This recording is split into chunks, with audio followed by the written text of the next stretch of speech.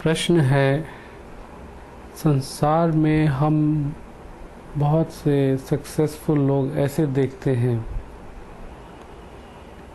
जो कि धर्म के रास्ते से नहीं परंतु उन्होंने ऐसे शॉर्टकट्स अपनाए या गलत तरीके इस्तेमाल किए, इस वजह से वो कामयाब हुए।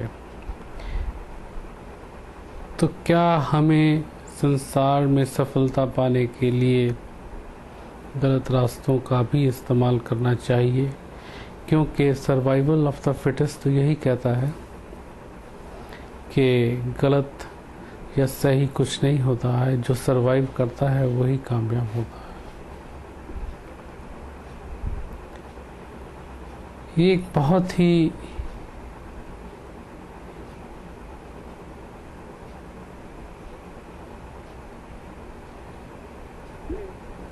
कड़ा डिलेमा हमारे सामने पेश करता है। संत महात्मा हमें धर्म का रास्ता सिखाते हैं, लेकिन जब हम संसार की ओर देखते हैं तो वहाँ हम बहुत से ऐसे लोगों को देखते हैं जिन्होंने धर्म नहीं परंतु गलत या अधर्म के रास्ते से वो सफलता प्राप्त की। बहुत कम लोग ऐसे मिलेंगे जिनकी सफलता धर्म के रास्ते से आई आज के युग में, आज के समय में। तो नेचुरली है ये प्रश्न मन में उठना कि क्या धर्म का रास्ता सही है? क्या धर्म के रास्ते से सफलता मिल सकती है? क्या जो डार्विन की थ्योरी है सर्वाइवल ऑफ द फिटेस्ट, उसमें कहीं हम पीछे तो नहीं रह जाएंगे? क्योंकि सर्वाइव और प्रॉस्पर तो हम उन्हीं को करता देखते हैं इस संसार में, आज के समय में, भारत में या विदेशों में भी, जो कि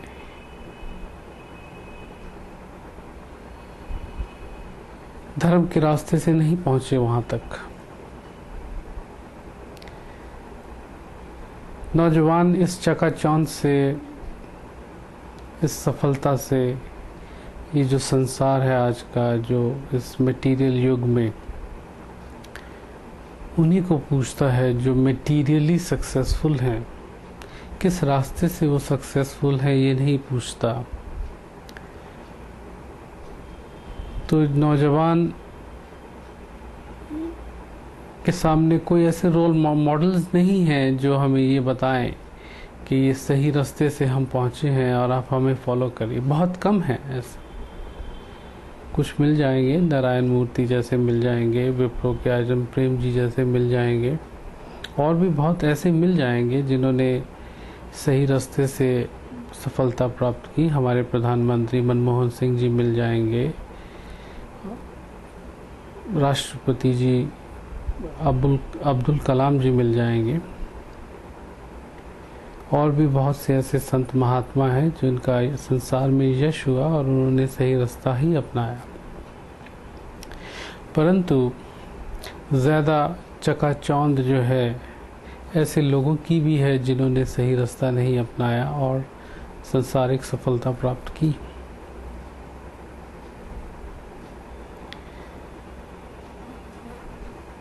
तो ये एक डिलेमा होना स्वाभाविक ही है कि क्या हम अधर्म का रास्ता अपना लें, क्योंकि हमारा सर्वाइवल ऑफ द फिटेस्ट तो यही बताता है हमें कि सर्वाइव करना ज़्यादा ज़रूरी है, सक्सीड करना ज़्यादा ज़रूरी है, बजाय इसके कि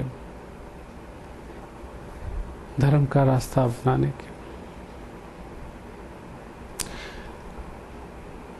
ये एक बहुत कठिन डिलेमा हमारे सामने हर रोज प्रस्तुत होता है। देखिए, अगर आप महाभारत को देखिए, रामायण को देखिए, वहाँ भी इसी डिलेमा की ही बात की गई है। धर्म और अधर्म का कॉन्फ्लिक्ट युगों युगों से चलता आ रहा है और चलता रहेगा। धर्म का रास्ता आसान नहीं है, अधर्म का रास्ता भी आसान नहीं। दोनों रास्तों में अपनी कठिनाइयाँ हैं, लेकिन एक बात बहुत क्लियर है, वो ये है कि हमारे एंड्स अगर धर्म अनुसार हैं, हम मीन्स भी धर्म अनुसार ले रहे हैं, ईमानदारी से चल रहे हैं, टैक्स पे करते हैं, सेल टैक्स देते हैं, सर्विस टैक्स देते हैं, लेकिन जो नहीं देते हैं वो ज़्यादा तरक्की कर रहे हैं, हम देखते हैं ऐसा। मान लीजिए तो क्या हमें भी ऐसा ही करना चाहिए?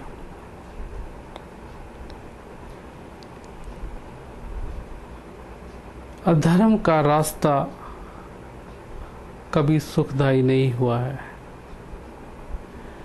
परंतु अगर हमारा एंड धर्म के अनुसार है, अगर हम धर्म अनुसार मीन्स भी अडॉप्ट कर रहे हैं, लेकिन जब हमें उसमें अधर्म का सामना करना पड़ता है तो क्या हम उसको अधर्म से काटें? कहते हैं कांटे को कांटे से निकालना चाहिए। तो अगर हम उस अधर्म जो कि बहुत बलवान नज़र आता है, उसको अगर हम धर्म के रास्ते से चलें तो क्या हम उसको काट पाएंगे? देखिए, इस सिलसिले में एक बहुत बढ़िया किसी ने जोक सुनाया है। वो जोक तो कम है लेकिन मैसेज बहुत बढ़िया देता है। एक बार बॉक्सिंग का चैंपियन, कौन था वो तो मुझे नाम नहीं मालूम, वर्ल्ड चैंपियन था, कहीं जा रहा था तो रास्ते में उसको कुछ गुंडे मिल गए और गुंडों ने उसे खूब पीटा और उसको धराशाही कर दिया। बुरा हाल था उसका, खून बह रहा था, नाक की हड्डी टूट गई थी, चिल्ला रहा था, सड़क पे पड़ा था। कुछ अच्छे लोगों ने जाते हुए देखा, उसको उठाया, स्ट्रेचर पे डाला, एम्बुलेंस बुलाई और अस्पताल में ले गए। वहाँ उसके जानकारों को फ़ोन किया तो पता लगा ये तो बॉक्सिंग के चैंपियन है। तो उससे पूछा, यार तुम बॉक्सिंग के चैंपियन हो, तुमने उनको पीटा नहीं, वो तुम्हें पीट गए? हाँ, उन्होंने हर रूल को तोड़ा, मैंने कोई रूल नहीं तोड़ा। They flouted all the rules.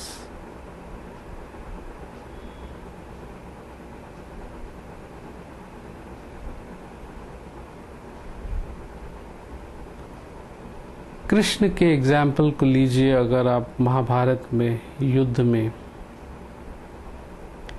वहां भी उन्होंने कुछ ऐसी युक्तियां लगाई जो कि धर्म अनुसार नहीं थी।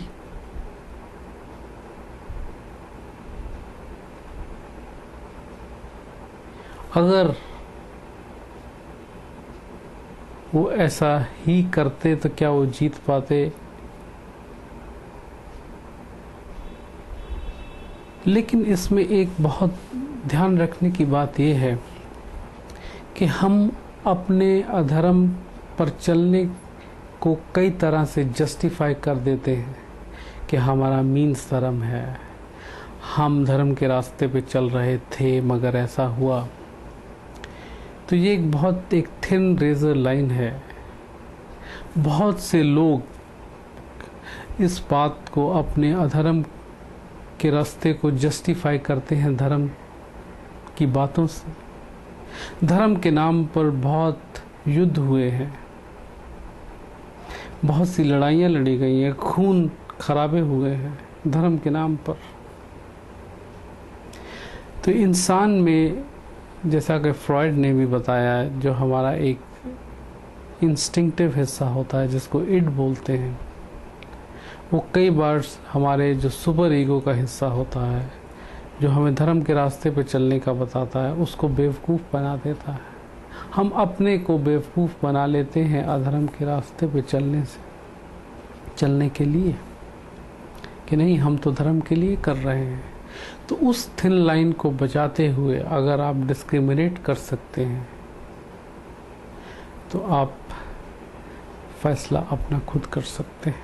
लेकिन ध्यान रखना ये है कि कहीं हम अधर्म के रास्ते पे चलने के लिए धर्म की जस्टिफिकेशन तो नहीं दे रहे।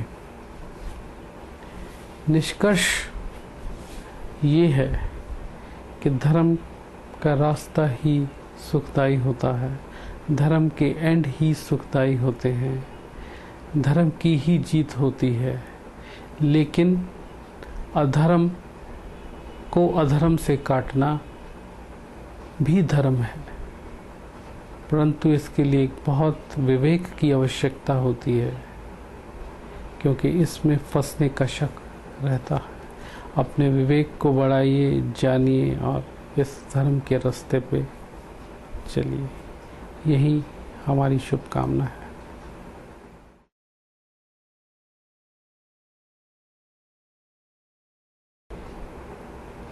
यह प्रश्न,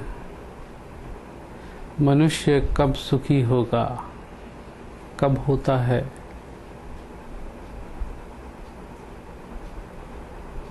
एक बहुत ही सुंदर विडंबना इस कुदरत ने हमारे सामने प्रस्तुत की है।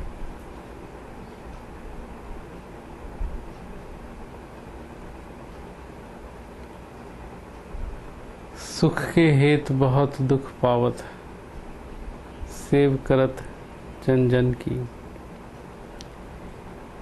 ये नवें सिख गुरु तेग बहादुर ने हमें ये बताया कि हम सुख को पाने के लिए बहुत से दुख सहते हैं। ये मेरी कहानी है, ये आपकी कहानी है, ये हम सब की कहानी है।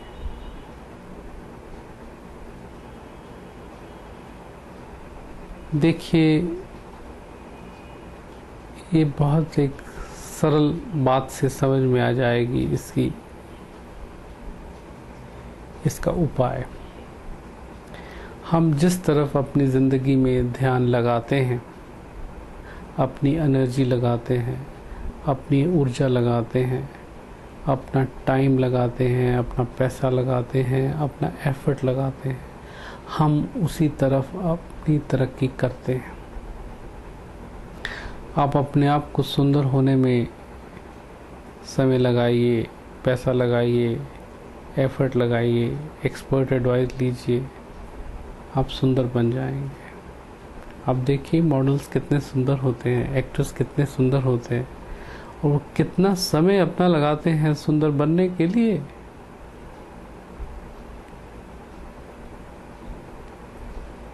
एक बिजनेसमैन को देखिए, लोग कहते हैं जी बिजनेसमैन तो हमेशा बिजनेस की ही बातें करते रहते हैं, इनसे क्या बात करें। क्यों? जितना ध्यान लगाते हैं उतना बढ़ता रहता है बिजनेस उनका। अब आप ये बताइए कि आप सुख में रहने के लिए आपने अपनी जिंदगी में कितनी इन्वेस्टमेंट की। सुख आपके मन से आता है, आपके अंदर से आता है। बाहर की वस्तु को देखकर भी सुख तो आपको होता है ना। बाहर तो एक स्टिमुलस रहता है, वो आपको सुख देता है। सुख तो आपको होता है, आपके अंदर से आता है। तो आप कितना अपने जीवन का समय अपने को समझने में, अपने को डेवलप करने में, अपने को जानने में, अपने ग्रोथ करने में लगाते हैं, उतना ही आनंद और सुख आपका बढ़ेगा। ये मेरी गारंटी है। जितना ही आप इन्वेस्टमेंट करेंगे उतना ही आपका आनंद बढ़ेगा अपने में, अपने को डेवलप करने में, स्पिरिचुअल डेवलपमेंट में, पर्सनालिटी डेवलपमेंट में, फीलिंग्स को अंडरस्टैंड करने में। जानिए, मेहनत कीजिए और सुख पाइए।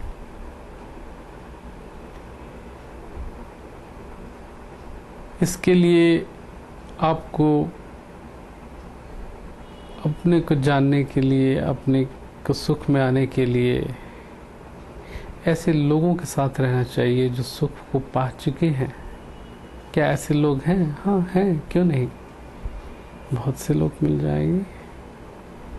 बहुत से लोग ऐसे हैं जो आपको इस रास्ते पे ले जाएंगे। मगर ये मटेरियल वर्ल्ड की चकाचौंध जो है हमें मटेरियल प्रोग्रेस की तरफ ले जाती है। मटेरियल सक्सेस जो है वो आज का मंत्र है। हम सब मटेरियल सक्सेस में मटेरियली सक्सेसफुल होने के लिए अपने जीवन की ज़्यादा से ज़्यादा ऊर्जा उसी में ही लगा देते हैं।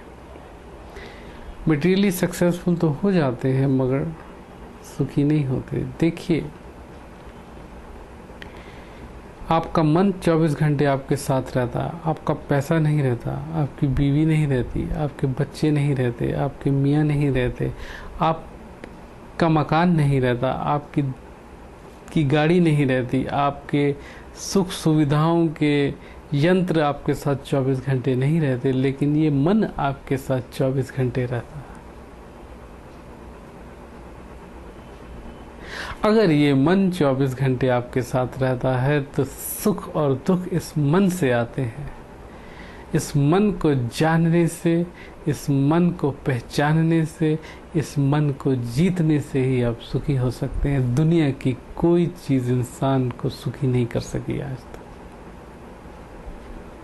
तो इसके ऊपर जितना आप समय लगाएंगे, जितनी आप एनर्जी लगाएंगे, जितना आप एफर्ट लगाएंगे, जितना आप ऐसे लोगों से मिलेंगे जो आपको इस तरफ आगे ले जाएंगे, उतना ही सुखी आप जीवन में हो जाएंगे। इसके अलावा और कोई तरीका नहीं है सुखी होने का।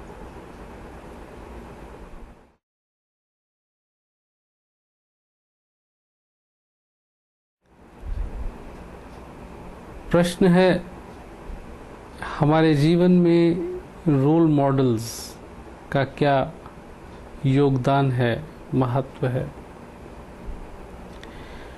रोल मॉडल्स वो लोग हैं जो हमें,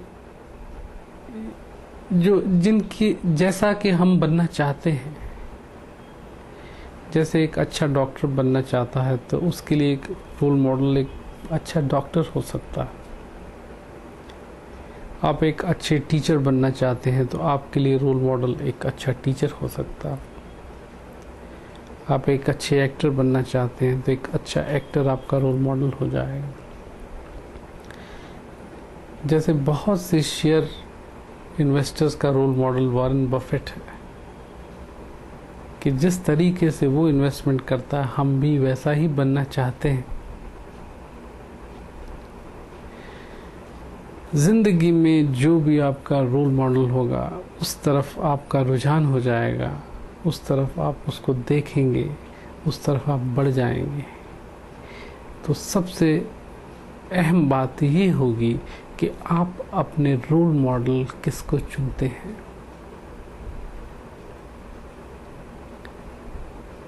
रोल मॉडल में आप असलियत में वो अचीवमेंट्स देखते हो, आपके सामने वो कंक्रीट रूप में प्रस्तुत होती हैं। जैसे मेरे लिए हमारे संत गुलाब सिंह जी रोल मॉडल थे और हैं।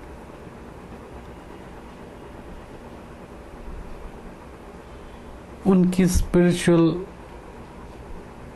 ईगोलेसनेस, उनकी शांति, उनका आनंद जो मैंने अपनी आंखों से देखा और पाया, वो आज तक भी मेरे को इंस्पायर कर रहा है। वो 85 में इस दुनिया से चले गए, लेकिन आज भी हर पल वो मेरे साथ मुझे इंस्पायर कर रहे हैं उस वहाँ तक, उन ऊंचाइयों तक रहने के लिए, पहुँचने के लिए, जाने के लिए।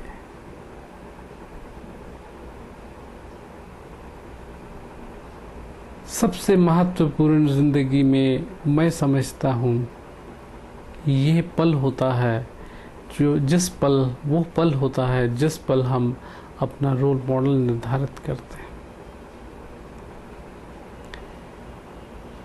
रोल मॉडल और भी बहुत से तरीकों से हमें इन्फ्लुएंस करते हैं।